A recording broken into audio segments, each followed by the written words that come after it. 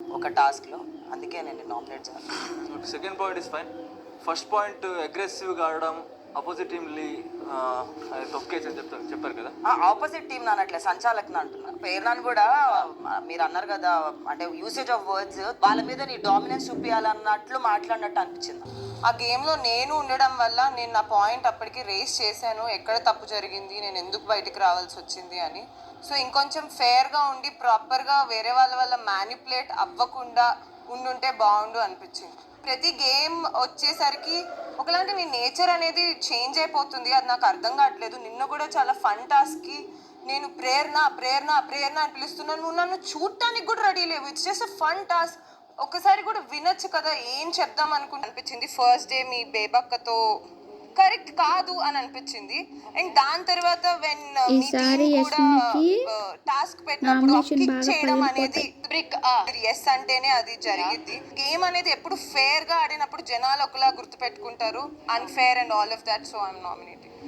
చేయాలి వీళ్ళు strong last లో పెట్టుకోవాలని కాదు. బేబక్క పాయింట్స్ తనలో నాకు నెగిటివ్ కనిపించాయి, వ్యర్థమైన పాయింట్స్ కొన్ని అయితే కనిపించాయి. అండ్ ఫస్ట్ వీక్ నామినేషన్స్ అప్పుడు నాకు బయాస్డ్ ఉన్నా అనిపించింది. అండ్ సిచ్యువేషన్ నేను అనలైజ్ చేయలేకపోతున్నా అనిపించింది. అట్లా నేను పర్సనల్ గ్రౌండ్స్ మీద నేను జడ్జ్ చేయలేను అన్నప్పుడు నేను పాయింట్ రైజ్ చేశాను దట్ నువ్వు థ్రోన్ మీద ఉన్నప్పుడు జడ్జ్ చేయాల్సిందే అక్కడ అని. నేను ఎందుకు వేరే వాళ్ళ పర్సనల్ ఇంటర్ఫియర్ అవుతాను? నేను క్రౌన్ ప్లేస్ లో ఆ రోజు అదే యాజ్ అ చీఫ్ పాయింట్స్ ఉన్నాయి, పర్సనల్ గా తీసుకొని నేను నాకు కావాల్సిన వాళ్ళకి నామినేట్ చెయ్యొచ్చు. దానికి నేను క్రౌన్ మీద కూర్చోలేదు. యాజ్ అ చీఫ్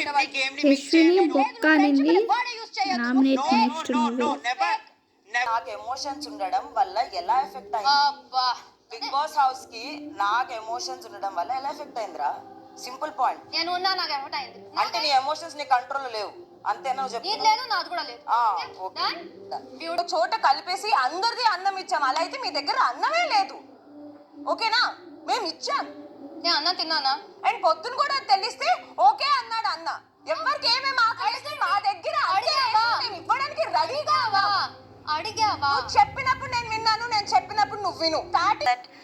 సోనా గారు, చాలా టఫ్ కాంపిటీషన్. ఫస్ట్ నామినేషన్లో కూడా మీ పాయింట్ కూడా అదే ఉండే, స్ట్రాంగ్గా మాట్లాడాలి, పర్ఫామ్ చేయాలి, స్ట్రాంగ్గా ఉండాలి. సో నాకు మీ దగ్గర ఆ స్ట్రెంత్ అయితే కనిపించట్లేదు. నాకు మీరు ఇప్పుడు కాంపిటీషనే అనిపించట్లేదు, టు బీ ఆనెస్ట్.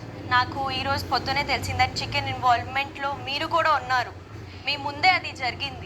సో నాకు అది కూడా ఇంకా అర్థం కాలేదు. నేను అప్పుడు దాకా ఏమనుకున్నాను దట్ మీరు ఒకవేళ నాకు ఒక హింట్ ఇచ్చారేమో, మీ చికెన్ తక్కువ ఉంది, చూసుకో అది నేను ఒక గుడ్ థింగ్ లాగా తీసుకున్నా. కానీ మీ ఇన్వాల్వ్మెంట్ దాంట్లో ఉంది అని అనేసరికి నాకు జడ్జ్ చేయడానికి కష్టం అవుతుంది.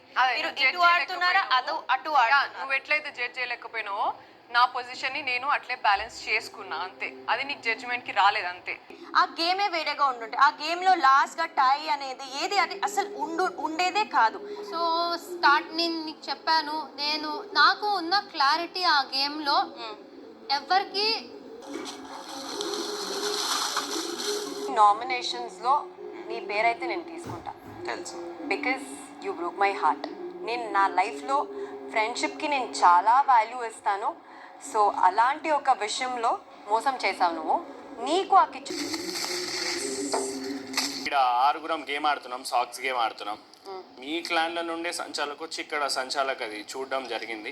దాంట్లో మీరందరూ ఆడికెళ్ళి ఒర్రడం, ప్రతి చిన్న డిస్కషన్కి ఆడికెళ్ళి ఉరికి రావడం, దాంట్లో అందరికన్నా ఎక్కువ లైన్ క్రాస్ చేసి వచ్చింది నువ్వే. ఓకే, అండ్ ఓకే, నాకు ఇంటెన్షనల్ అనిపించింది. నేను బిల్కుల్ అన్ఇంటెన్షనల్గా చేసిన, నువ్వు అన్ఫేర్ అనిపించినావు, నేను చేస్తున్నాను నామినేషన్, అంతే.